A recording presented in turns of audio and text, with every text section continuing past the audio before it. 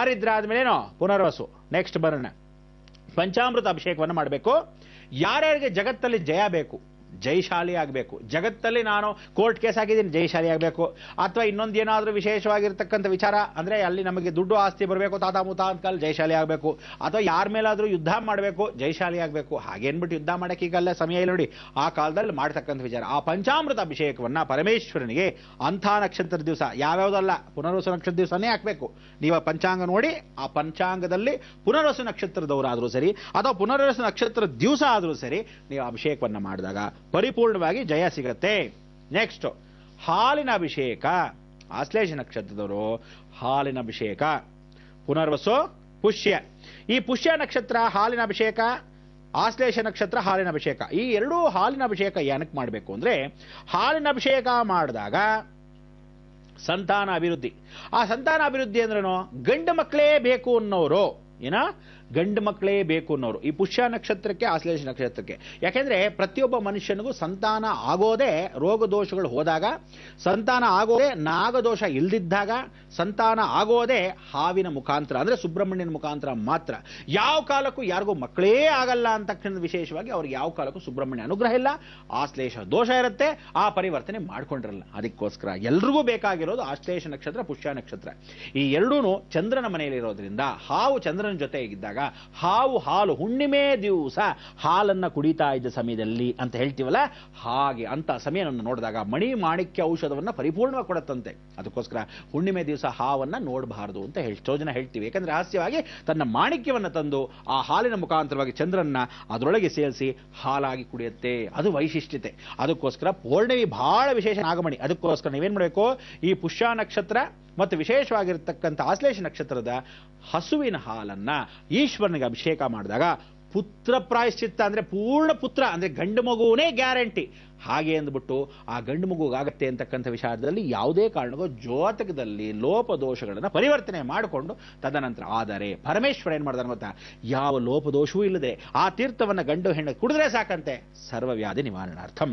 ಅದಾದ ಮೇಲೆ ಹಸುವಿನ ಹಾಲು, ನೀವು ಬರೀ ಹಾಲು ಅನ್ಕೊಂಡ್ವಿ, ಅದಾದ್ಮೇಲೆ ಹಸುವಿನ ಹಾಲನ್ನು ಹಾಕಬೇಕು. ಈ ಹಸುವಿನ ಹಾಲು ಹಾಕಿದ್ರೆ ಆಯುಸ್ಸು ಅಭಿವೃದ್ಧಿ ಆಗತ್ತೆ, ಆಯುಸ್ಸು ಅಭಿವೃದ್ಧಿ ಆಗತ್ತೆ. ಅದಕ್ಕೋಸ್ಕರ ಏನ್ ಮಾಡಬೇಕು, ಈ ಪುಷ್ಯ ನಕ್ಷತ್ರ ಆಶ್ಲೇಷ ನಕ್ಷತ್ರದವರು ಹಸುವಿನ ಹಾಲೇ ಹಾಕಿ ಆಯುಸ್ಸು ಅಭಿವೃದ್ಧಿ ಆಗತ್ತೆ, ಗಂಡು ಮಕ್ಕಳು ಆಗತ್ತೆ. ಆದ್ರಿಂದ ಈ ಎರಡು ನಕ್ಷತ್ರ ಹೀಗೆ ಹಾವಿನ ರೂಪದಲ್ಲೇ ಇರೋದ್ರಿಂದ, ಈ ಎರಡು ನಕ್ಷತ್ರ ಕರ್ಕಾಟಕ ರಾಶಿಯಾಗಿರೋದ್ರಿಂದ ಎರಡೂ ನಕ್ಷತ್ರದವರು ಅದೇ ಎರಡೂ ದಿವಸಗಳನ್ನ ಹಾಕಬೇಕು. ಅದಕ್ಕೆ ನಿಮಗೇನು ಅಂದ್ರೆ ಪನಿಷ್ಮೆಂಟು, 2 ದಿವಸವೂ ಹಾಕಬೇಕು, ಹಸುವಿನ ಹಾಲೇ ಹಾಕಬೇಕು, ಆ ಈಶ್ವರನಿಗೆ ಅಭಿಷೇಕವನ್ನು ಮಾಡಬೇಕು, ಸಂತೋಷ. ತದನಂತರ ಈಗ ಹಸುವಿನ ಮೊಸರು, ಹಸುವಿನ ಮೊಸರು ಅಂದ್ರೆ ಹಾಲಿಂದನೇ ಮೊಸರು ಬರೋದು ಅಂತ ಇಟ್ಕೊಳ್ಳಿ. ಆದ್ರೆ ಹಸುವಿನ ಹಾಲಿನ ಮೊಸರು ಅಂದ್ರೆ ಒಳ್ಳೆ ಮೊಸರು, ಒಳ್ಳೆ ಫಸ್ಟ್ ಕ್ಲಾಸ್ ಗಟ್ಟಿ ಮೊಸರನ್ನ ಅಭಿಷೇಕವನ್ನ ಮಾಡಿದ್ರೆ ಪರಮೇಶ್ವರನಿಗೆ ಏನ್ ಸಿಗತ್ತೆ, ಏನ್ ಸಿಗತ್ತೆ, ಅನುಗ್ರಹವನ್ನ ಸಿಗತ್ತೆ. ಅನುಗ್ರಹ ಅಂದ್ರೆ ಏನು, ಅಕಮೃತ್ಯು ಪರಿವರ್ತನೆ ಅಂದ್ರೆ ಏನು ಅಂದ್ರೆ ಬೆಡ್ ರಿಡನ್ ಆಗಿರ್ತೀರ. ಆ ಬೆಡ್ ರಿಡನ್ ಹೋಗೋದೇ ಇಲ್ಲ. ಯಾವ ಕಾಲಕ್ಕೂ ಬೆಡ್ ಅಲ್ಲೇ ಬಿದ್ದಿದ್ರೆ ಔಷಧಿ ತಗೊಳ್ಳಲ್ಲ, ಈ ಕಡೆ ತಿಂದಿದ್ದು ದೇಹ ಒಳಗೆ ಹೋಗಲ್ಲ, ತಿಂದಿಲ್ದೇ ಇರತಕ್ಕಂಥದ್ದು ಹೊರಗಡೆ ಬರಲ್ಲ, ವೇಸ್ಟ್ ಬಾಡಿಯಾಗಿ ಬಿದ್ದಿರುತ್ತೆ. ಆಗ ಅಂತ ಇರುತ್ತೆ. ಸುಮ್ಮನೆ ಹಾಗೇ ಇರತಕ್ಕಂಥ ಬಾಡಿ ಯಾರೂ ಬಂದು ಮಾಡಕ್ಕೂ ಆಗಲ್ಲ ಸೇವೆ. ಅದನ್ನು ನೋಡ್ತಾ ಇದ್ರೆ ಯಾವ ಕಾಲಕ್ಕೂ ಬೇಜಾರು, ಒಳಗಡೆ ಸಂಕಟ, ಅವ್ರಿಗೂ ತೊಂದರೆ ಇವ್ರಿಗೂ ತೊಂದರೆ. ಪರಮಾತ್ಮ ತಗೊಂಬಿಡಪ್ಪ ಅಂತ ಹೇಳಿ ಮೊಸರನ್ನ ಹಾಕಿದ್ರೆ ಪರಮೇಶ್ವರನಿಗೆ ಈ ನಕ್ಷತ್ರ ದಿವಸನೇ ಹಾಕಿದ್ರೆ ಪರಿಪೂರ್ಣ ಅನುಗ್ರಹ ಸಿಗುತ್ತೆ. ಆ ನಕ್ಷತ್ರ ಅಧಿಪತಿ ಆಗಿರ್ತಕ್ಕಂಥ ಪರಮೇಶ್ವರನಿಗೆ ಈ ಅಭಿಷೇಕವನ್ನು ಮಾಡಿದ ತಕ್ಷಣವೇ ಇವರು ಸಂತೃಪ್ತಿ ಪ್ರಿಯ. ಈ ಮಂತ್ರವನ್ನ ಪ್ರಯೋಗ ಮಾಡಿ ಎಷ್ಟೋ ಜನ ಪಾಪ ನರಳುತ್ತಾ ಇರತಕ್ಕಂಥವ್ರನ್ನ ಕಳಿಸ್ಬಿಟ್ರೆ ಉತ್ತಮ. ಯಾಕೆಂದ್ರೆ ಬೇರೆಯವ್ರಿಗೂ ತೊಂದರೆ. ಅಂತ ರೀತಿಯಲ್ಲಿ ಏನ್ ಮಾಡಿದೀವಿ, ಈ ಸಾಧಾರಣವಾಗಿ ಭಿಕ್ಷದವ್ರು ಇರ್ತಾರೆ, ಪರಮಾತ್ಮನ ಪ್ರಾರ್ಥನೆ ಮಾಡೋದು, ಒಂದು ಅರ್ಘ್ಯವನ್ನು ತಗೊಳ್ಳೋದು, ಭಗವಂತ ಇಂಥ ನೋವು ನೋಡು ಕಾಲು ಕೈ ಇಲ್ಲ, ಆ ಕಡೆ ನೋಡೋದು ಚರ್ಮವ್ಯಾಧಿ, ಈ ನೋಡಿದ್ರೆ ಈ ಘೋರವಾಗಿರ್ತಕ್ಕಂಥ ಒದ್ದಾಡ್ಕೊಂಡು ಭಿಕ್ಷೆ ಬೇಡಕ್ಕೂ ಹಿಂಗೆ ಕೈ ಎತ್ತಕ್ಕೆ ಸಜ ಇಲ್ಲ, ಹೀಗೇ ಬಿದ್ದಿರುತ್ತವೆ ಅಂಥವ್ರನ್ನೆಲ್ಲ ತಗೊಂಡ್ಬಿಡಪ್ಪ, ಸಾಕು ಕರ್ಮ ಈ ಭೂಮಿ ಮೇಲೆ ಅಂದಾಗ ಆ ನೀರನ್ನ ಮಂತ್ರಸಿ ಹಿಂಗೆ ಪ್ರೋಕ್ಷಣೆ ಮಾಡ್ಬಿಟ್ರೆ ಸಾಕು, ಪರಮಾತ್ಮನ ಪಾದಕ್ಕೆ ರೈಟ್. ಅದಕ್ಕೋಸ್ಕರ ವಿಶೇಷವಾಗಿ ಆಗಿರ್ತಕ್ಕಂಥದ್ದು. ತದನಂತರ ನೆಕ್ಸ್ಟ್ ನಕ್ಷತ್ರಕ್ಕೆ ಬನ್ನಿ. ವಿಶೇಷವಾಗಿ ಬಂದ ತಕ್ಷಣದಲ್ಲಿ ಇಲ್ಲಿ ಒಂದು ಸಾನ್ನಿಧ್ಯ. ಈ ಮಖ ನಕ್ಷತ್ರ ಏನು ಅಂದ್ರೆ ಬಹಳ ಚೆನ್ನಾಗಿರ್ತಕ್ಕಂಥ ನಕ್ಷತ್ರ, ಅದು ಸೂರ್ಯನಿಗೆ ಸಂಬಂಧಪಟ್ಟಿರ್ತಕ್ಕಂಥ ನಕ್ಷತ್ರ.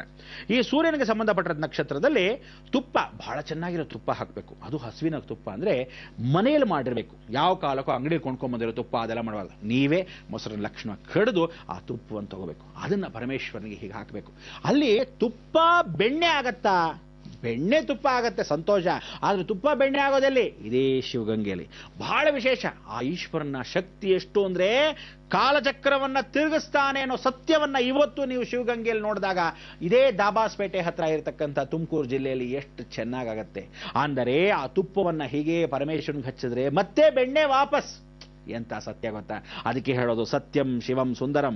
ಆ ಪರಮೇಶ್ವರನಿಗೆ ಈ ಅಭಿಷೇಕವನ್ನ ಮಾಡಿದ್ರೆ ಪೂರ್ಣ ಫಲ ಕೊಡ್ತಾನೆ, ಆದರೆ ಆ ನಕ್ಷತ್ರಕ್ಕೆ ಏನು ಫಲ ಕೊಡ್ತಾನೆ? ಮೋಕ್ಷ.